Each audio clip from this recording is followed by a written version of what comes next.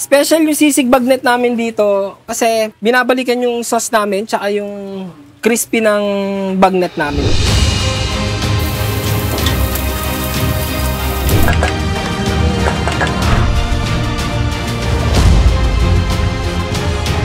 Mas nakilala ako ngayon, sir, simula nung na-vlog ako sa sisig overload ko, sir. Ako po si Nelson Sadsad, owner po ng Calle 3 Crispy Sisig, Dinakdakan Style. Panoorin niyo po ang kwento ng munti naming negosyo. Lahat po kasi ng mga nalalaman ko, sir, by experience lang po.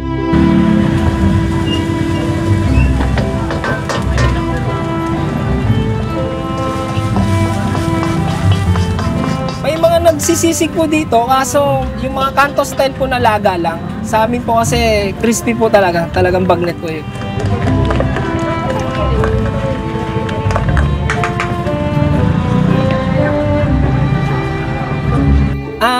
Yung mga customer ko, hindi pa po kami bukas.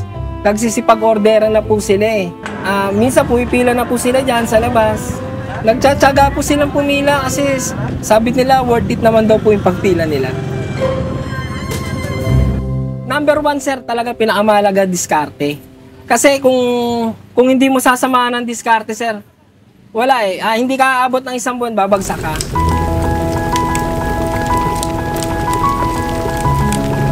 Ang mga tinda po namin, mga sisig po. Sa negosyo kasi, sir, sa dami ng kakumpetensya natin ngayon, kailangan marunong ang dumiskarte. Mapapresyo man yan, kung saan man, saan ka makakamura, paano mo magiging quality yung bagnet mo.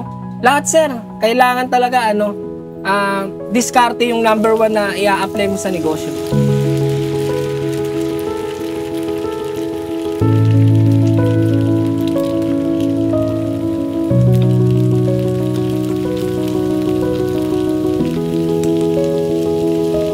Lutuan ko po kasi, sir, sa mahal po ng gas kasi, sir. So naisip ko po na magpagawa ng improvise po na kalan na ang mag-ooperate po blower at saka use oil po. Since na mamantika po kasi itong bagnet, yung katas po nun, yung mantika po na yun po yung pinanggagatong ko po. Kaya nakakasave po ako sa LPG po.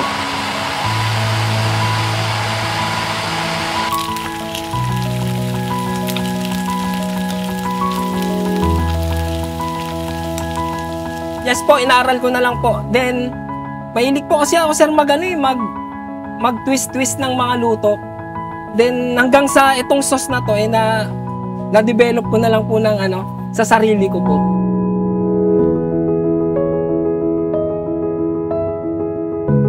Simula nung na-vlog ako, sir, marami na po akong mga taga-Central Bikutan, Upper Bikutan. Pero pa, may mga Makati po na minsan dumadayo po. Tapos yung mga regular customer ko po dito, yun po yung mga talagang bumabalik po.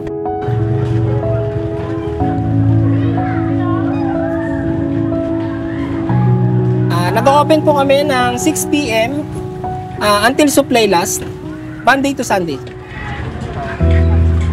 Dito po kami matatagpuan sa A. Reyes, Talipapa, New Lower Bikutan, Taguig City. Ngayon po, nagsisimula na po kaming mag-prepare po dahil 6 PM po mag-o-open na po kami. Nagluluto na po kami ng unang salang po namin ng bagnet po. Kasi second na salang po namin siya sa deep fry para mas lalo pa po siyang crispy po. Pag umorder po kayo sa amin, naka-chop na po siya. Tapos titimplahan na lang po namin siya ng sili, tsaka sibuyas at special sauce po namin.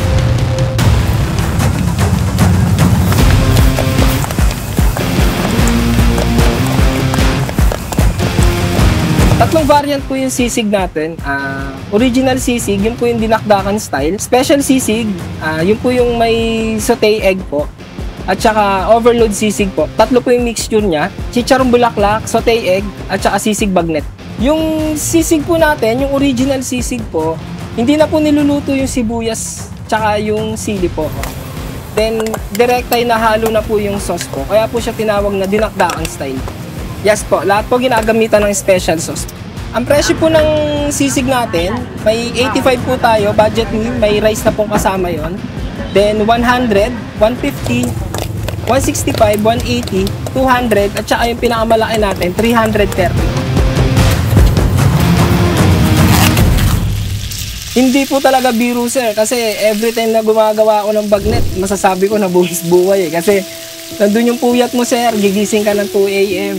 Tapos matatapos ka, sir, 3 p.m. or 4 p.m. Diretso ka ng tinda dito, sir. Tapos, ako pa yung nag-ooperate dito, sir. Tapos, yun, sir, basta, tapos akin pa yung pamalengke. Kaya, kung magbibusiness kayo na ganito, sir, talagang grabe po yung pagod. Grabe yung talagang kailangan yung isakripisyo.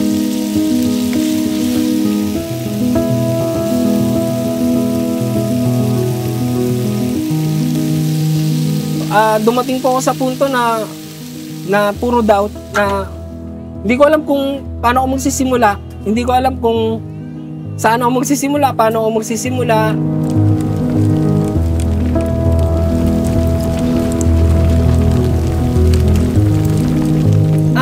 Sa operation po, katulong ko po yung bilas ko. Then sa loob naman po, katulong ko yung tiyuhin ko. Then mother ko, tsaka yung isa ko pong tao na tagahiwa po ng mga sibuyas po. Then nung nagtrabaho po ako 2011 sa resto bar, tinuruan po ako nung dati ko pong katrabaho na si Chef Jesse Ritual po. Yun po yung nag-develop sa akin ng kaalaman sa pagluluto po. Kasi siya po yung nagsabi sa akin na may potential ako. So, tinuruan niya na lang po ako.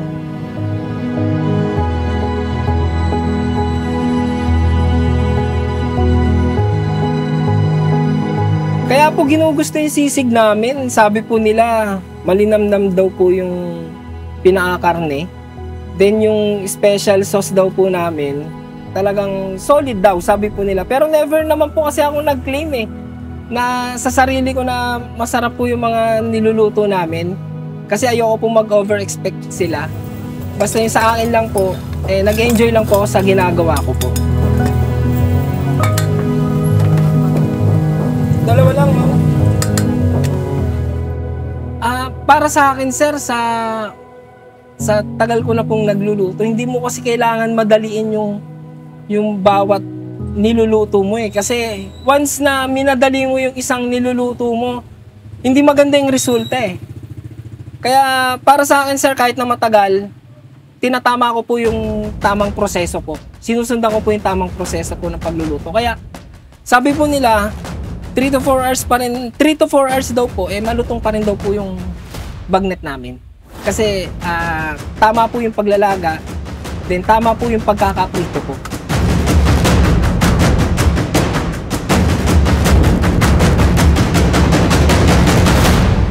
Sir, unang-una kasi sa family ko, sir, kasi hindi naman kami ganun kayaman.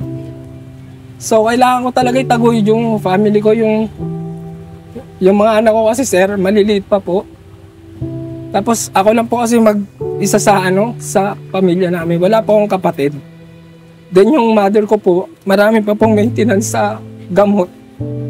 So kailangan po, sir, matupad ko po yung mga pangako ko sa mga anak ko, sa family ko, sa mother ko especially, kasi bago pa ako mag-asawa, sir, pinangako ako na yung mother ko na hanggang kaya ko, tutulungan ko siya. Kaya kahit na sobrang pagod ko, minsan gusto ko na nga sumuko.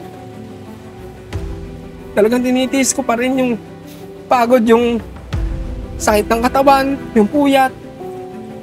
Yung minsan may nararamdaman ka na, kailangan tiisin mo eh. Kasi may mga yung mga pamilya mo na umaasa sa'yo. Yung isang araw na magsarado ka, yung isang araw na mawalan ka ng benta, mahirap, sir eh. Kasi maraming umaasa sa amin. sa akin. Yun po yung nagre-refuel sa akin, sir, eh. Na minsan sobrang ayoko na, sir. Naisip ko, ayoko na. Gusto ko na huminto. Pero pag naisip ko yung sitwasyon namin ng family ko, wala man akong ibang aasahan, sir, eh. Kasi ako lang mag-isa. Wala akong kapatid, sir. So, yun na lang yung nagre-refuel sa akin, sir. Kahit na sobrang talagang grabe na yung pagod, sir. Dahil puyat, halo-halo na, sir, eh. Puyat. Minsan, araw-araw, lagari pa yung ginagawa mo. Magluluto ka ng lutong ulam at the same time, mamamalengke ka. Pero ayos lang. Ginagawa ko na lang na inspirasyon yung family ko. Tapos, laging dasal na lang sa itaas na bigyan ako ng lakas ng katawan.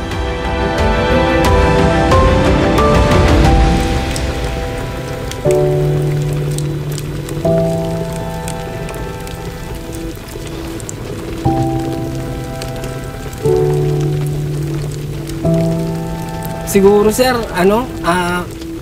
hindi man po ako pala simba, pero pagkagising ko, sir, yung panibagong araw na ibinigay sa akin ng Panginoon, malaking blessings na yun, malaking pasasalamat ko na po yun sa Kanya.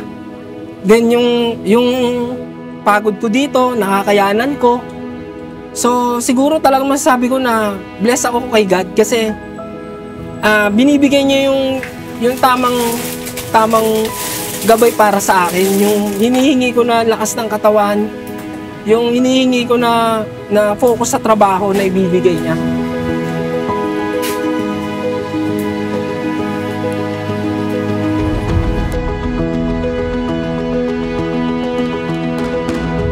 Masaya ako sa ngayon, sir. Sobrang saya po kasi pangarap ko lang po talaga dati. Sabi ko, nung nag-uumpisa pa lang ako, sir, hindi pa ganito yung cart ko. Barong pa lang, sir, mga ginamit kong kahoy, mga scrap. Sabi ko sana may mag-vlog sa akin. Sabi kong ganun. Pero siguro hindi pa talaga yun yung right time na binigay ni God para sa akin. Ngayon, nakikilala na po ako. Sobrang saya ko po kasi kahit na sobrang pagod mo, sobrang yung puyat mo, yung mga nakaka-appreciate ng ginagawa mo na ibang tao, yun yung nagpapalakas, yun yung nagpapawala ng lahat ng yun.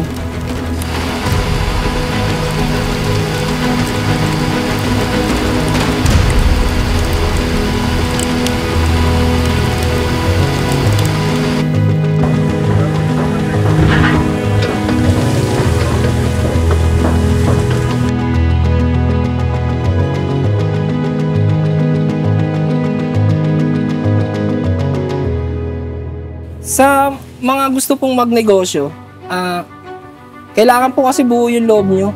Kasi ang isang negosyo, sugal po talaga eh. Kailangan, bago ka maging successful, magsakripisyo ka muna ng mga ilang bagay. Kasi kailangan magdededicate ka talaga ng matindi sa i-business mo para maging successful to. Then, payo ko rin sa mga gustong mag-start magnegosyo, kung konti yung kapital nyo, huwag kayong matakot mangutang. Kasi doon rin ako nag-start sa utang, tapos last money ko is 20K. Then naghanap na lang ako ng karpintero na mag-a-assemble ng food cart ko kasi yung mga kahoy na ginamit ko, mga scrap. Then, doon lang kami nag-start. Binabaha kami, pinagtsatsagaan namin yun. Basang-basa kami sa ulan, pinagtsatsagaan namin yun. Then, eto na, nakaipon kami ng konting kapital, pinampagawa namin ng food cart para kahit na umulan, komportable kami.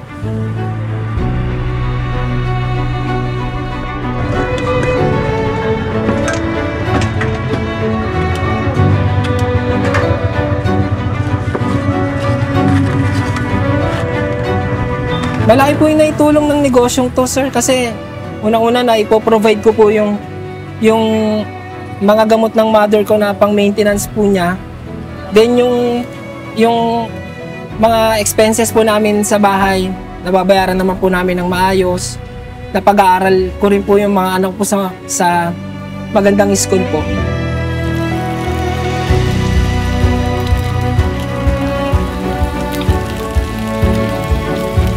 Para sa akin, ang masarap na sisig, samahan nyo ng dedikasyon, tapos syempre pagmamahal. Tapos, wag nyong mamadaliin yung mga niluluto nyo. Kahit gaano pa katagal yan, basta sa tamang proseso yung ginagawa nyo, maganda yung resulta niyan.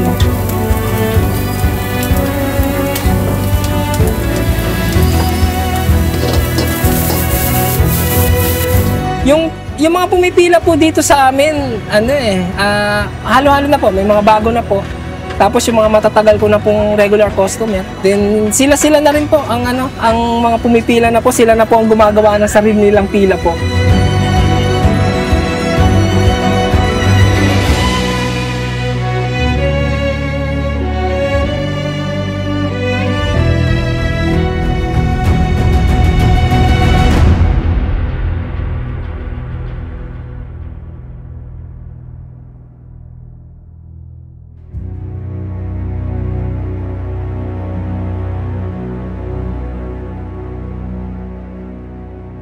Ang pagbabagnet po, sir,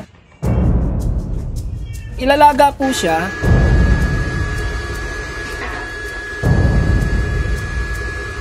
Then after po siyang ilaga, i-drain po siya. Then after po siyang i-drain, papahinga po siya ng ilang oras po. Tapos i-deep fry po siya.